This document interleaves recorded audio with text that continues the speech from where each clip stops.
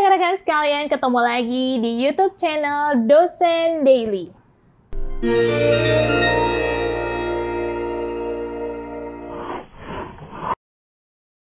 Dan jangan lupa juga untuk follow podcast saya di Kampus Daily.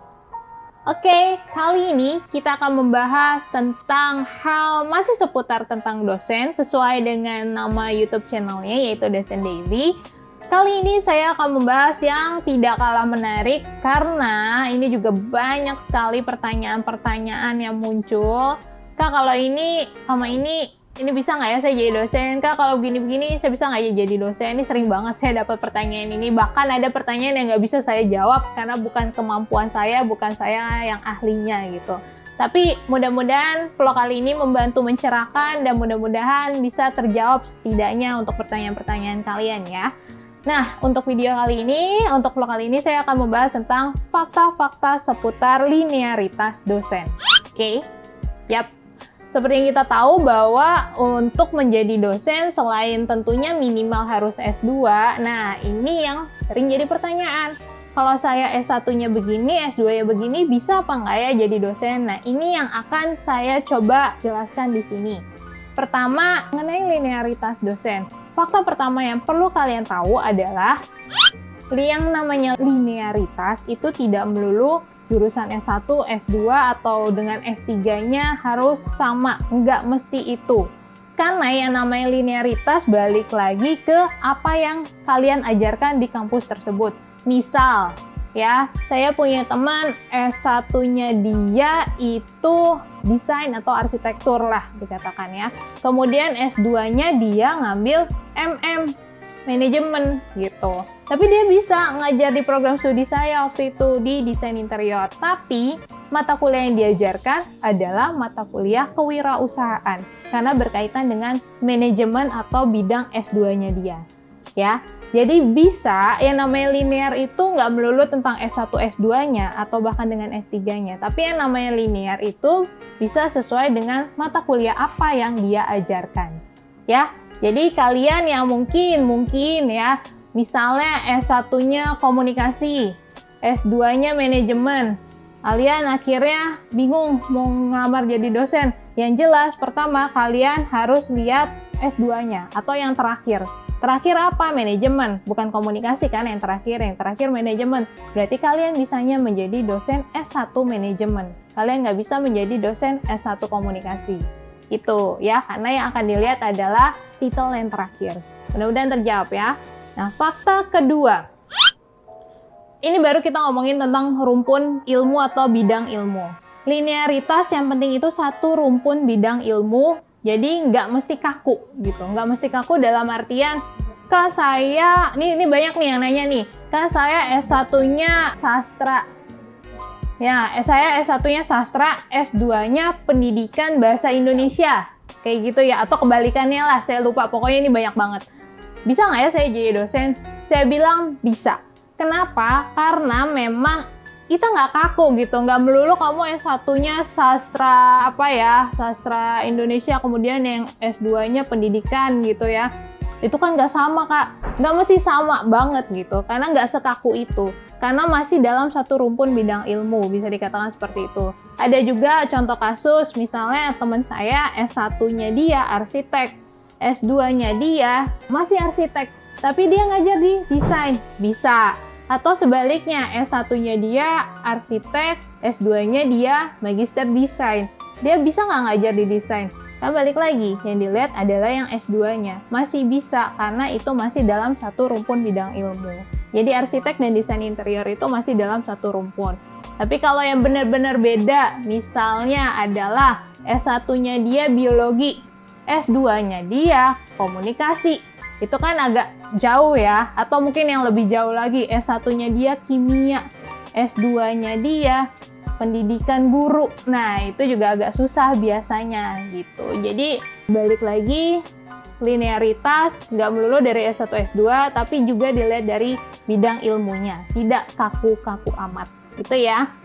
Nah, fakta yang ketiga adalah tentang seputar linearitas dosen, bahwa dosen bisa nggak linear dan tetap bisa dapat NIDN. NIDN itu adalah nomor induk dosen nasional. Jadi jangan mikir kalau aduh kata Kak Caca nggak linear berarti gue nggak bisa nih jadi dosen, berarti gue nggak bisa dapat NIDN. No, ya, karena balik lagi dosen tetap bisa, karena banyak ya kasus-kasus gak kaku-kaku amat tetap bisa jadi dosen, mungkin tergantung kampusnya juga, dan balik lagi tetap bisa dapat NIDN atau nomor induk dosen nasional. Jadi jangan khawatir, kalian akan tetap diakui di Indonesia sebagai dosen nasional gitu ya.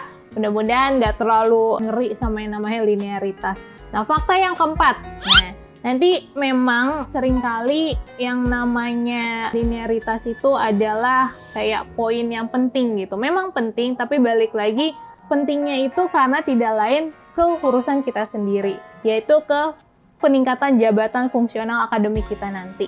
Nah, nanti dalam pengurusan pangkat ya, karena mungkin kalau pernah menonton video saya sebelumnya bahwa dosen itu ada kepangkatannya, bisa naik jabatan gitu ya, pangkat-pangkatnya golongannya bisa naik.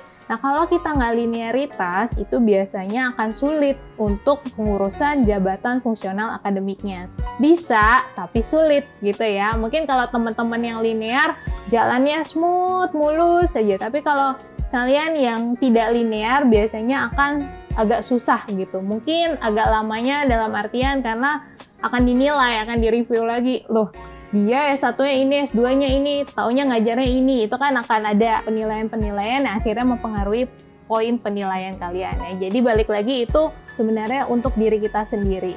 Itu ya kira-kira. Dan fakta kelima yaitu tidak hanya berpengaruh ke diri sendiri, yang kedua juga berpengaruh ke prodi dan fakultas kalian. Ya, karena banyak dalam penilaian akreditasi ya, BANPT itu Badan Akreditasi Nasional Perguruan Tinggi, itu seringkali menanyakan berapa persen dosen yang linear dengan pengajarannya. Nah, kalau kalian tidak linear, biasanya poin dalam akreditasinya juga akan berpengaruh. Dan tidak lain akan berpengaruh juga ke akreditasi prodi atau fakultasnya masing-masing gitu. Jadi balik lagi tadi kenapa saya bilang tergantung kampusnya. Kalau kampusnya benar-benar perlu banget akreditasi di nomor 2 kan sama mereka, mungkin dia akan menerima aja dulu. Yang penting ada dosennya dulu. Tapi bagi dosen yang sudah cukup, dalam artian dosen perlu, tapi mereka tetap melihat lagi nih kompeten, linearitasnya tetap diutamakan karena akan berpengaruh ke akreditasi itu tadi.